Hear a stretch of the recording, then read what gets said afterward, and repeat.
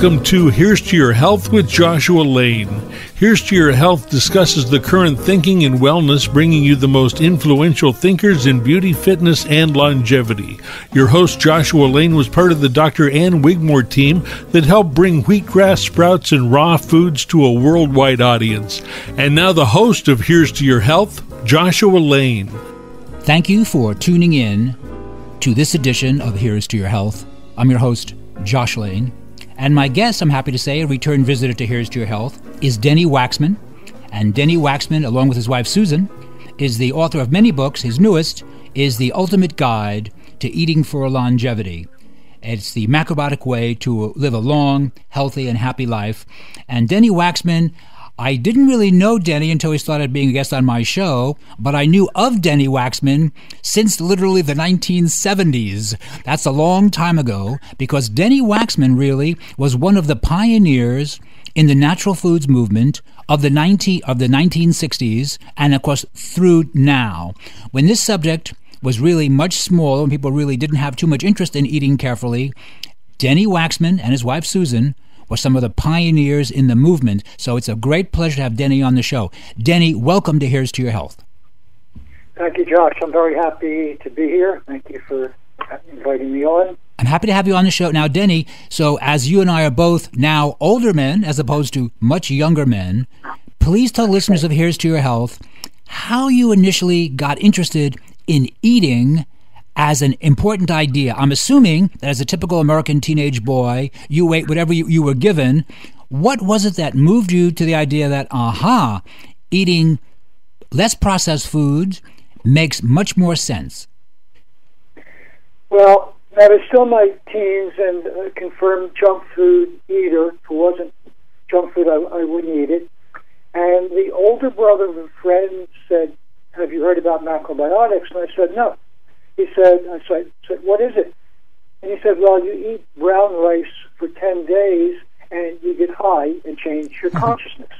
I said, "Okay, that's interesting. What else do you know about it?" He said, "Nothing." So I kept searching. It got my attention because I basically wasn't happy with my life and what I was doing, and I was looking for something that had meaning. And by accident, when I was 17 years old, I came upon a book by George Essene, the founder of modern-day macrobiotics, and I couldn't put it down. I read it beginning to end, and it made perfect sense for two reasons. George Essene said, your health and your happiness are your responsibility and your ability. So if you're sick and unhappy, that's, also on you. But here's how you can become healthy and happy, and that's what got my attention. And that's what encouraged me to start eating brown rice, which literally changed my life. I realized that I actually did like food and healthy food, and it started me on a direction, on an adventure that I'm still pursuing today with, food, diet, and lifestyle as my passion in life. Our guest is Denny Waxman. Denny, when you read George Essene, what year was that, can I ask? That was 1967. 1957? 67. Oh, 67. Okay, good. 1967. Because 1967 was very, very early. I guess in 57, Osawa was still in Japan, but in 67, now, because I'm of your era, slightly younger, but I know how early that was in 1967, and George Osawa was very influential. So were you living in Philly at that time? I was living in Philly and basically working for my father and looking for something to do. And when did you start the Essene grocery in Philadelphia, which I remember as a young man in the later 70s, that's when I kind of first discovered Essene as being, because there were so few natural food stores around, frankly, there were so few that one was, I remember, an important center. Right. It was a food center, it was an educational, social center.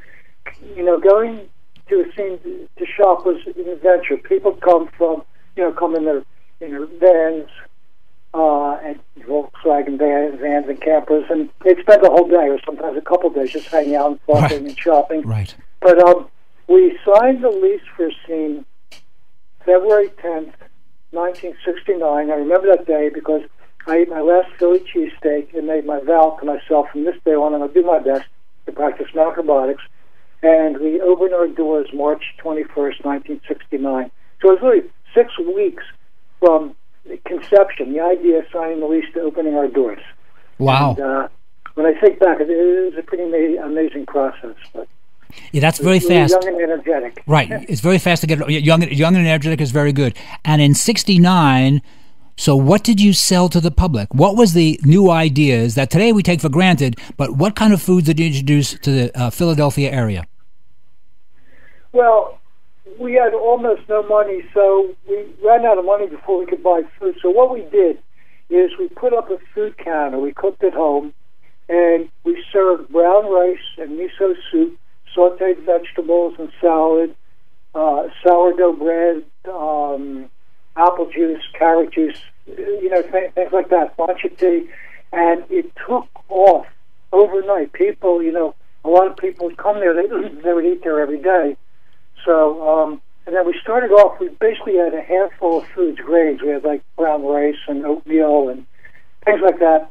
And people had no idea what it was. We grew so quickly that a year later, we moved down to South Street, one of the early businesses there in Philadelphia. And there was actually, funny enough, a meat market, Brody's Meat Market, that wanted to close down, and we were able to rent that. And we scrubbed it for weeks to get all the meat out, and opened up our store exactly 1 year later, March 21st, 1970. And that's where we had like the old-fashioned general store. That's the real Essene.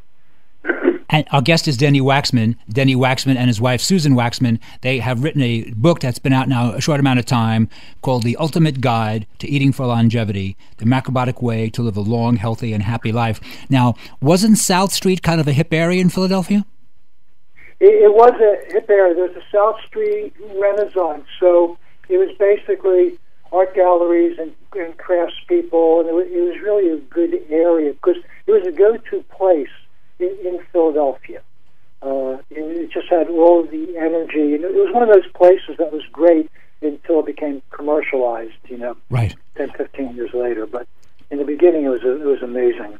Our guest is Denny Waxman. Now, Denny, when you started Essene, what kind of foods did you sell then and introduce to the Philadelphia area that today we take for granted as being mainstream, but in 1969, 1970, they were not even known? For example, things like tempeh, tofu, miso. Tell the listening audience what they are and how you introduce those. Well, basically, we were a natural food store. We fashioned it after an old-fashioned general store. So we sold all kinds of grains, brown rice and oatmeal, polenta, all kinds of beans, all kinds of seeds, nuts, dried fruits. Then we had the specialty Japanese foods. We had miso and natural soy sauce and tofu. There's no tempeh available at the time. So it was all natural foods. And then, as a concession to stay in business, we wanted to be a completely vegan store. But we had to sell dairy just to survive. Sure. And we didn't sell vitamins for many years. It took many years that we finally, branched out to vitamins.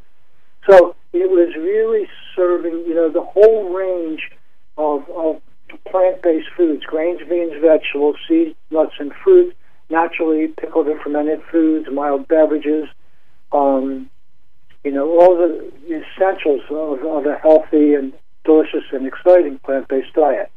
Our guest is Denny Waxman. Denny, please tell us about sea vegetables, which today are pretty popular. Things like, dulse, kelp, haziki, wakame. Those are names that we all kind of know now, but tell us what they did for us and how they introduced, 40, 50 years ago. Well, sea vegetables are natural filters. They help protect our body against heavy metal toxins and also against radiation. And together with that, they're incredible sources of major minerals as well as trace minerals. Now, one thing that's interesting, all of the world's longest standing civilizations followed the same dietary pattern, which I've already said, grains, beans, and vegetables, together with the other foods. Japan has the greatest health and longevity of any civilization in modern day. And they had the same pattern as everyone else, except for two differences. They ate soy products, traditional soy products, and sea vegetables.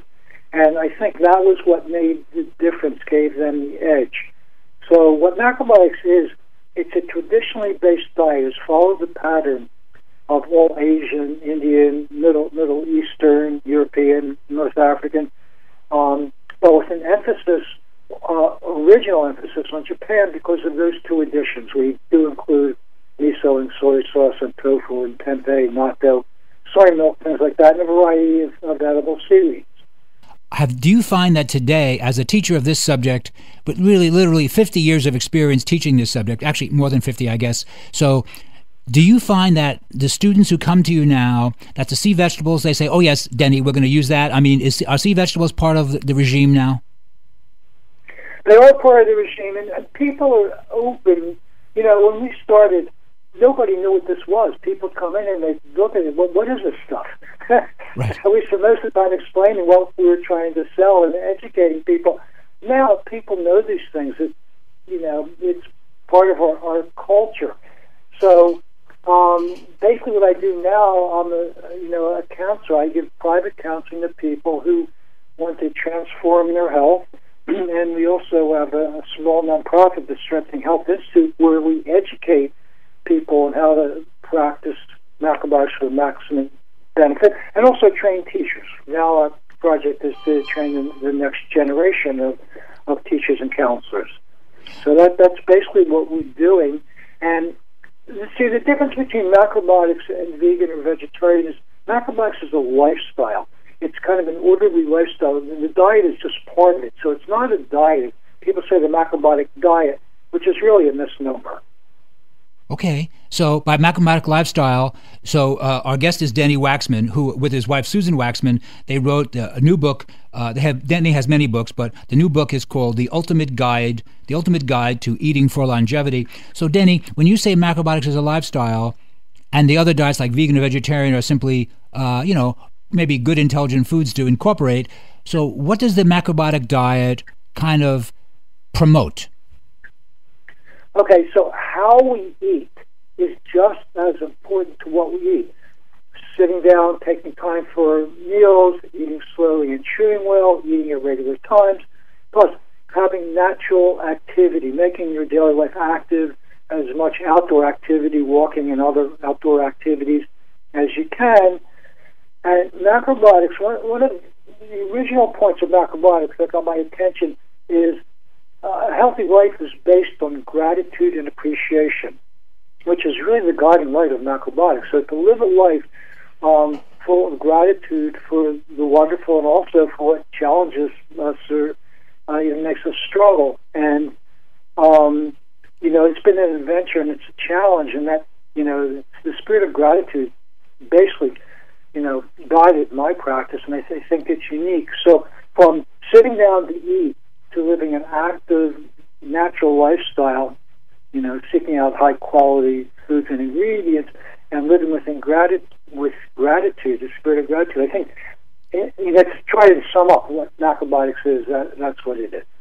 Well, that seems like a very good idea, a very good kind of semi-formal structure for how we live. Our guest is Denny Waxman, who, along with his wife Susan, has written a new book, The Ultimate Guide to Eating for Longevity. And Denny, as I understand it, the macrobiotic approach also had a very strong position against the use of processed sugar at a time when that was really not discussed so much, or maybe was even laughed at. But now the idea of not eating processed sugar seems to be a cornerstone for all nutritional regimes. Right. No processed sugar, no refined carbohydrates. So none of the cakes and donuts and pastries.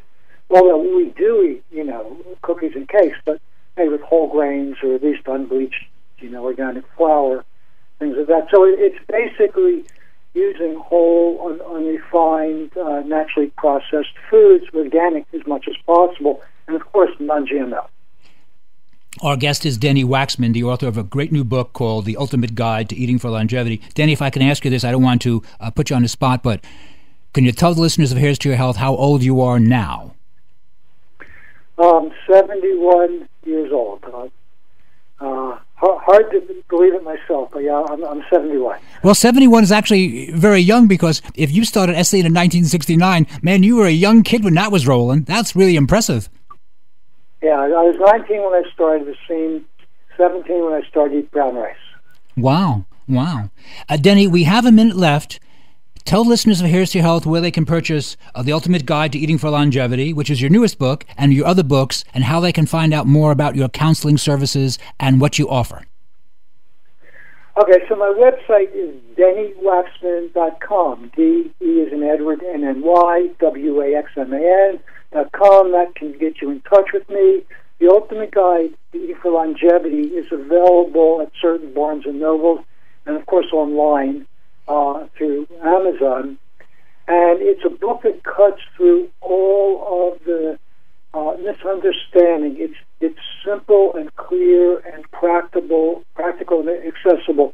And it's clear that you can do as little or as much as you want. It's not a total commitment. You can dip your toes in and dabble and still get great benefit. Well, that sounds really very good. Our guest has been Denny Waxman. Denny Waxman, along with his wife Susan Waxman, they wrote a great new book, The Ultimate Guide to Eating for Longevity, The Macrobiotic Way to Live a Long, Healthy, and Happy Life. This is Josh Lane. You're listening to Here's to Your Health. We're going to take a short break, and we'll be right back after these important messages. Thank you for tuning in to this edition of Here's to Your Health with Joshua Lane. If you have any questions about the guests or topics discussed tonight, please give us a call at 818-707-0005. That number is 818-707-0005. This is Josh Lane. On behalf of the cast and crew, I would like to wish you a healthy and safe good evening.